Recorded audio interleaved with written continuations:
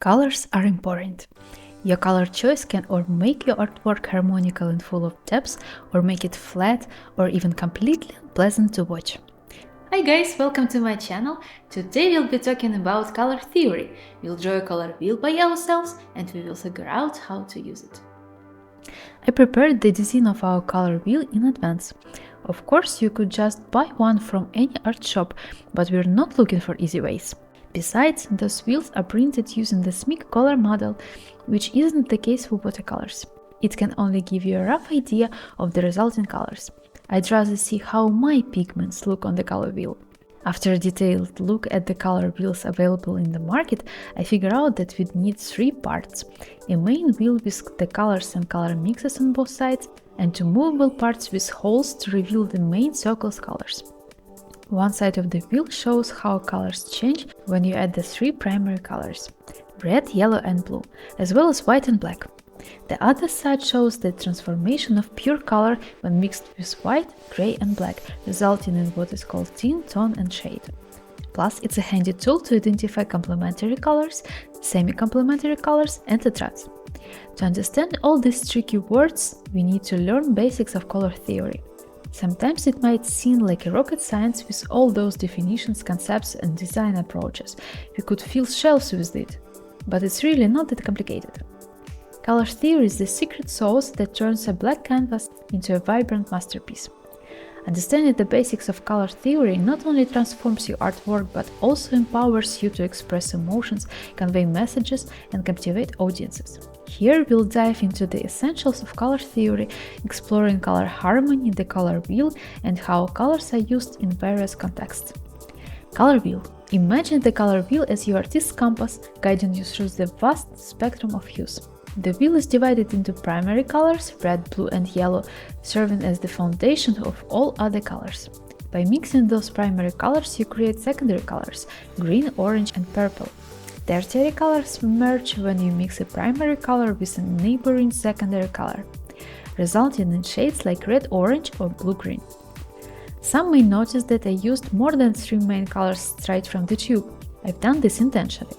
First of all, to get all other colors except primaries, you need to have those real primary colors. In the role of my primary colors, I decided to use Deep Scarlet, Hansa Yellow Medium and Ultramarine Blue from Daniel Smith.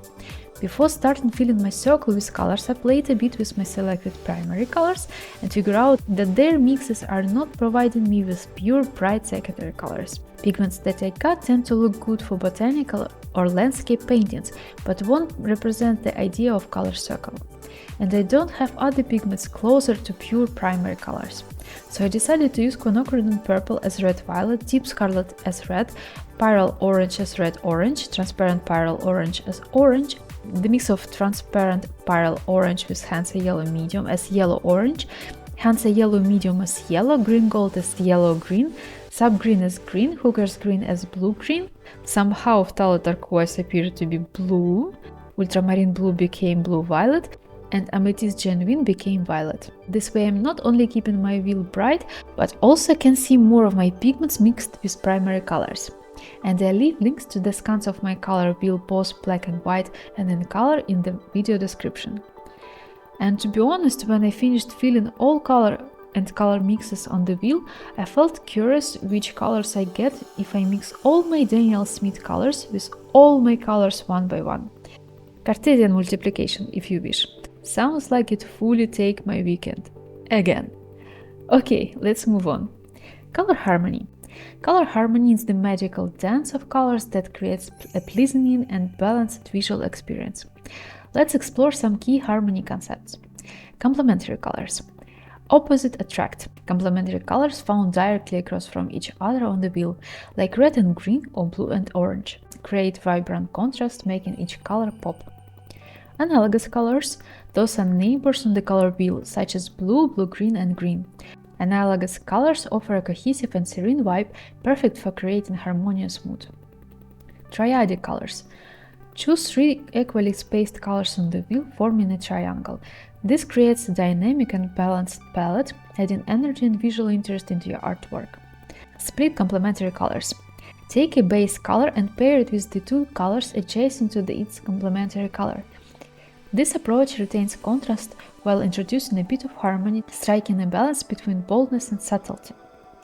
Monochromatic colors stick to variations of a single color by playing with different shades and tones.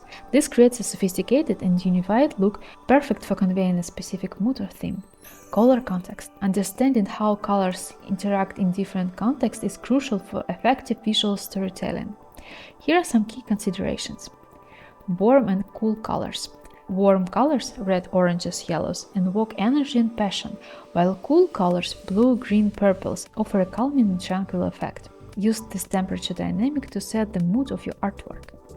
Color temperature. Colors can visually advance or recede. Warm colors tend to come forward, demanding attention, while cool colors retreat, creating depth. Consider this when planning the spatial arrangement of your elements. Emotional impact. Colors carry emotional weight. Red can convey passion or intensity, while blue may invoke calmness and sadness. Think about the emotions you want to convey and choose colors accordingly. Color theory is a powerful tool that elevates your artistic expression. By mastering the color wheel, understanding color harmony, and considering the context of color usage, you unlock the ability to create visually stunning and emotionally resonant works of art. So grab your brushes, experiment with palettes, and let the magic of color theory transform your creative journey. Meanwhile, each part of our wheel is ready. Let's put it all together. First side looks nice, but wait a minute. What? Oh my god. Okay, I fixed this by creating a new piece behind the camera. I hope you excuse me that. Let's put it under the test. Yep, now it looks alright. What about other side? Yes, seems to be fine. We easily can identify complementary, semi-complementary colors, tetrads, tints, tones and shades. Good work! I believe you deserve some chocolate or other tasty snacks. I hope this video was helpful for you. If you have any questions, please let me know in the comment section down below, and see you in the next videos. Bye!